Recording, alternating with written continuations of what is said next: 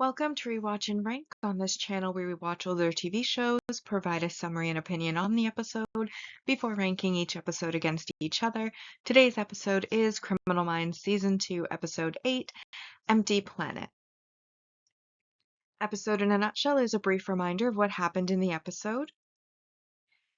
So in this episode, it starts with a phone call to news stations threatening a bomb without giving any sort of specifics, which leads to the team being brought in to do a risk assessment. And while they believe the threat is credible, without any specifics on where, when, who, etc., they can't really do anything, so they have the news outlets hold the story, and end result is that a bus is blown up. And that is when they then come into the investigation officially. And we then see another bomb at a gas station after the unsub is upset that they haven't gotten their message out, and he leaves his manifesto. And ultimately, they are able to call back what has been happening to a book called Empty Planet.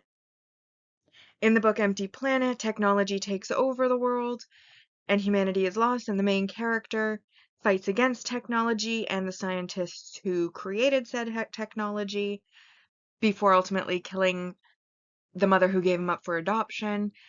And the unsub calls himself under the alias of the main character of this book.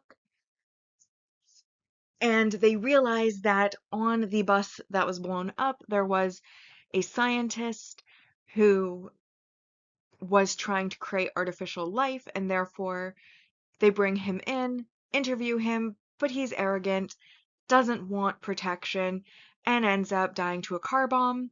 Then they realize that the connection goes back to the author, who is also a professor and a scientist, and she has two guest lecturers. One has already passed, and then the second one they decide is probably the next target after they've been running around on a wild goose chase, finding a bunch of smaller bombs scattered throughout the city to try to distract them. They arrive in time to stop the woman getting out of her car. However, they do confirm that there is a seat bomb there, so Derek decides to stay with her while the bomb squad woman handles the bomb. Ultimately, she is saved, but they let the car blow up anyways to trick the unsub into believing that the scientist is dead and protect that scientist from any future attacks. And while they are continuing to work on the profile, the professor who wrote the book, they went to visit her.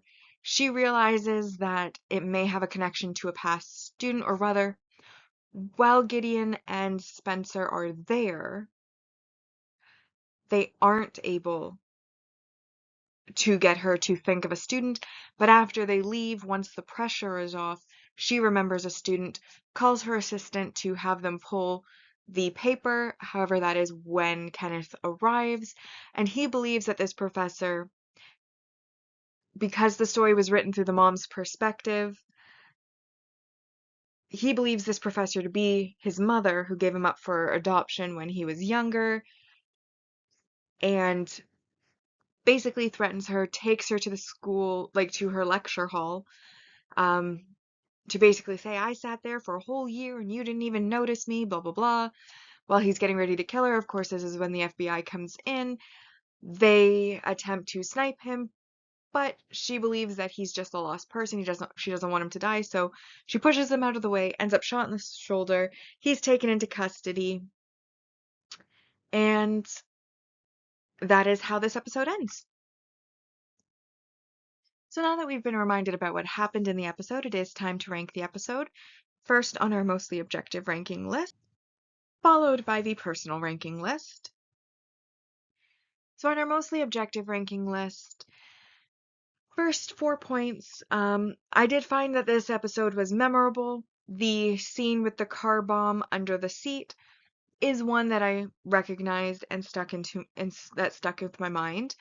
The other moments throughout it relating to the book, the professor being the writer of the book under a pseudonym, the unsub's belief that this book was real. All of those things are very memorable. So I gave it the 4 points for that. Then we had our single episode supporting character introductions, and there actually were a few characters that were important. First was the point of contact in Seattle.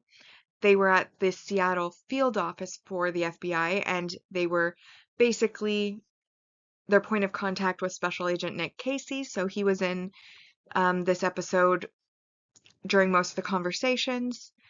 Kenneth Roberts, of course, was the bomber who was the unsub for this episode.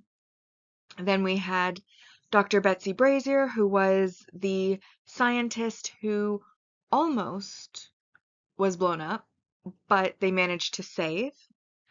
We had Cassandra Atkins, who was the bomb squad person who was reconstructing the bombs, as well as studying them, and is the one who ultimately dealt with the bomb, saving Betsy Brazier.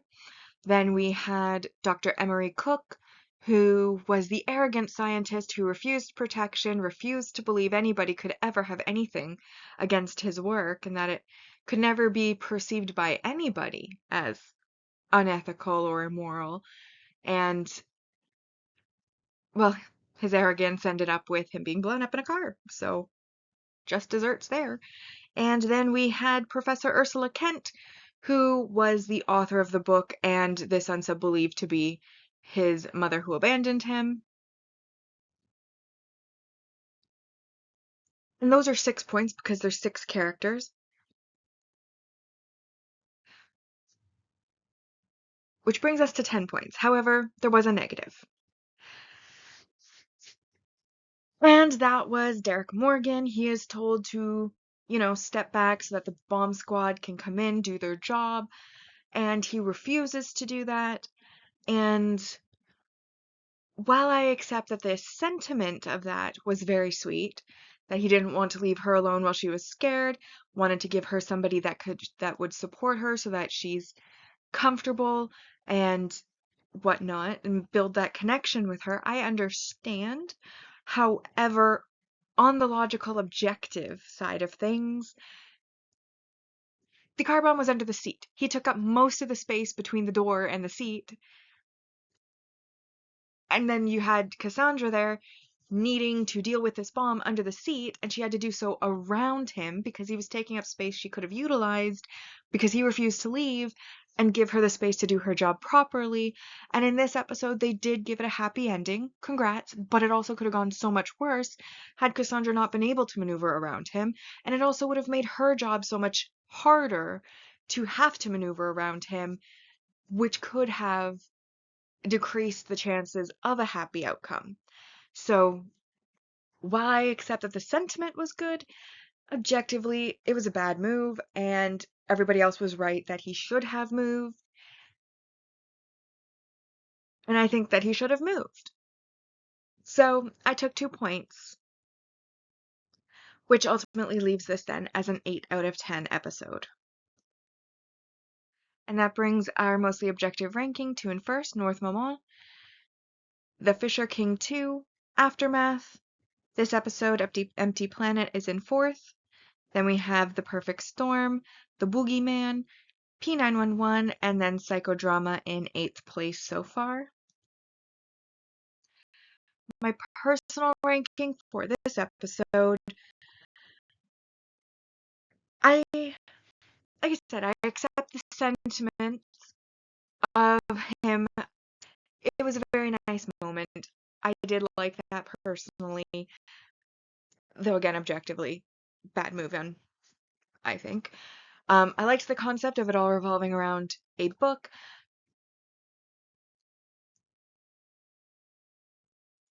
However,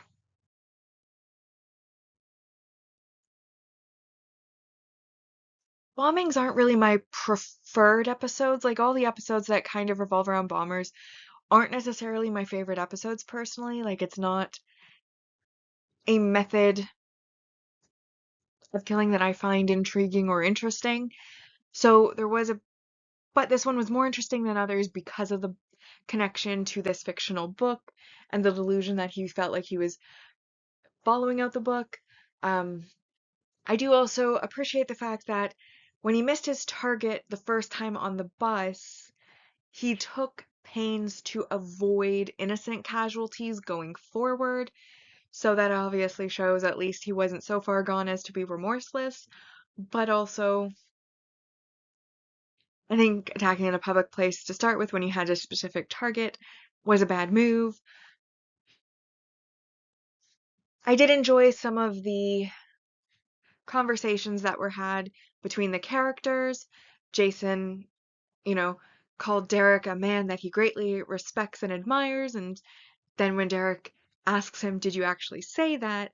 he basically says that what he did was stupid, but he didn't say it was wrong, and then points to Reed and says, "What he said, I said," basically confirming that he did say that. And I thought that was also a nice moment between Gideon and Derek. But again, not necessarily my favorite episode that I've watched. Something about it was a little bit more on the boring side, but not completely boring because I was engaged with the episode. I didn't feel the need to go look for a distraction or anything like that. So I decided ultimately to give it a 7 out of 10 because it was a good episode, but just not necessarily my personal cup of tea. And on the personal list, what matters is how I perceive it. So in first place, I have North Maman, followed by Aftermath, The Boogeyman, Psychodrama, The Fisher King Part 2. I put this episode in 6th place, Empty Planet, followed by The Perfect Storm, and in 8th place so far is P911. And that brings us to the series rankings so far. Season 1, on the Mostly Objective, ended with a score of 56.36%, and Season 2 has a score of 52 out of 230 so far. Meanwhile, on the personal ranking side, we had Season 1 at 50%, and Season 2 at 64 out of a possible 230 so far. But with that, we've now rewatched and ranked Criminal Minds Season 2, Episode 8, Empty Planet. Like and subscribe if you'd like to, and I'll see you in the next episode.